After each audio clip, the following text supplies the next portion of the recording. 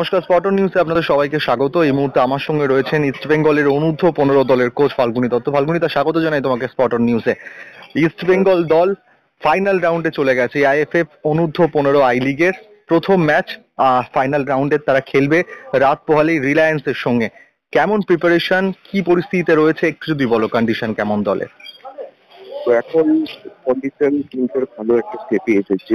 হ্যাঁ, কিন্তু আমার লিমিটেড প্লেয়ার নিয়ে এই বছর আমার টিমটা আমি পাইনি। PWC-র জন্য অনেক ছেলে বাদ হয়ে গিয়ে আমার 18টা ছেলে, তার মধ্যেও যে ছেলেগুলো যে পারফরমেন্স করছে, সত্যি কথা বলতে যে তারা খুবই নিষ্ঠা নিয়ে হ্যাঁ প্র্যাকটিসটা করেছে, যা যা ভাবে বলেছি তারা সেইভাবে শুনেছে, আর সেটারই মাঠে প্রতিফলন এই রেজাল্ট। ফাল্গুনিদা, শিশির মানে তোমাদের এই দলের হয়ে একটা লাইনে উঠে আসছে, খুব পরিশ্রম করছে। আমরা দেখেছিলাম শিশির যেভাবে মানে শেষ ম্যাচটাই যেভাবে পারফর্ম করলো, একটু যদি বলো তুমি কিভাবে, আর কে কে শিশির ছাড়া তোমাদের দলের হয়ে পারফর্ম করছে, বা শিশিরকে নিয়ে যদি একটু বলতে হয়, একটু যদি বিশদে বলো। আমার টিমের শিশির সরকার সো ট্যালেন্টেড প্লেয়ার, খুবই খুবই। ও যদি ঠিক মতো ভাবে যদি নিজেকে রাখতে পারে, ভবিষ্যতে একটা তারকা তৈরি হবে শিশির সরকার। তার সাথে শুধু শিশির নয়, তার সাথে দীপক মন্ডল আছে, যে সত্যি খুবই ভালো প্লেয়ার মিডফিল্ডে।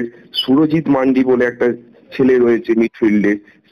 এরা প্রত্যেকেই দুর্দান্ত। আমি সত্যি আমি টিম গেমের ওপর বিশ্বাসী, ইন্ডিভিজুয়ালি এর ওপর নয়। সেহেতু শিশির আজকে দীপক, সুরজিৎ এরা ভালো খেলছে, ওকে বল সাপ্লাই দিচ্ছে, শিশির গোল করছে। শিশিরের যে কাজটা সেটা করে যাচ্ছে একদমই। কিন্তু এরা যদি সাপ্লাই না করতো তাহলে পরে শিশিরের পক্ষে একা পক্ষে সম্ভব ছিল না। তাই এই ওভারঅল আমার টিমটা বেশ কিছু ছেলে আছে যারা ভবিষ্যতেতে বড় মঞ্চে খেলার জন্য তৈরি হচ্ছে।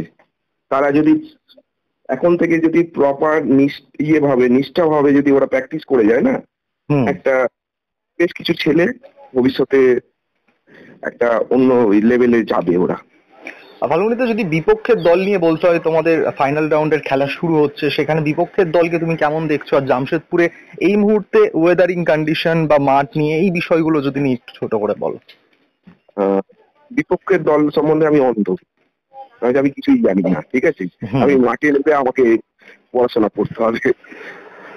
আর ওয়েদার এখানে খেলছে ওদের মানে রিলায়েন্স তো সারা বছর ধরে ওরা করে যায়। রিলায়েন্স আশা করি যে একটা ভালো টিমই নিয়ে আসবে, কারণ হচ্ছে তারা সারা বছর ধরেই প্র্যাকটিস করে, একসাথে থাকে। যেহেতু রিলায়েন্সের সংবদ্ধ খেলা, আমার যতটুকু ধারণা যে ওরা টিম গেম হিসাবে খেলবে। আর মাঠ সংক্রান্ত বিষয়ে জামশেদপুরে ওয়েদার কেমন রয়েছে? ওয়েদার খুবই গরম, আর এখানকার গরম সেটা যে ঘাম হয় না, সব থেকে এটা হচ্ছে আমাদের বিপক্ষে। আর মাঠ দুটো মাঠই আছে, যেটা জামশেদপুর FC প্র্যাকটিস করে, প্র্যাকটিস গ্রাউন্ডটা, আর জামশেদপুরের স্টেডিয়াম, দুটো মাঠই খুবই সুন্দর আর খুবই ভালো, খুবই খুবই। মাঠ নিয়ে কোনো নেই, যে মাঠে আমাদের খেলা হচ্ছে না, সত্যি খুবই ভালো। আর মোটামুটি চোট সমস্যা দলের কি আছে ফাইনাল রাউন্ডে খেলতে নামার আগে? কার্ড একটা করে ইয়েলো কার্ড খেয়ে রয়েছে আমার ডিফেন্ডার রাজভর। তারপরে বিপক্ষের একটু চোটের সমস্যা আছে, যে যেমন খেলতে গিয়ে যা থাকে, একদমই হ্যাঁ, টুকটাক চোট রয়েছে, ওগুলো রিকভারি করছে। ফিজিও আমার যে আছে অক্লান্ত পরিশ্রম করছে যে তাদের রেডি করার জন্য। ফাল্গুনিতে, শেষ প্রশ্ন, ইস্ট বেঙ্গল ফাইনাল রাউন্ডে তো পৌঁছে গেছে, এই দলটা নিয়ে তুমি কতটা আশাবাদী যে এখান থেকে একটা ভালো রেজাল্ট করেই ফিরবে ইস্ট বেঙ্গল? অবশ্যই, সবসময় আমি আশাবাদী। সবসময় যখন আমি মাঠে থাকি তখন একটা আশা নিয়েই আমি মাঠে প্র্যাকটিস করাই। সেহেতু দেখা যাক যে কতটা এই বছর আমি কতটা আশা পূরণ করতে পারি। একদম ফাল্গুনিদা, অসংখ্য ধন্যবাদ। আমাদেরও চোখ থাকবে ইস্ট বেঙ্গল ফাইনাল রাউন্ডে এবার কিরকম পারফরমেন্স করে, ইস্ট বেঙ্গল সমর্থকদের মুখে দূর থেকেও হাসি ফোটাতে পারে কিনা। অসংখ্য ধন্যবাদ ফাল্গুনিদা। হ্যাঁ, অবশ্যই ধন্যবাদ তোমাকেও।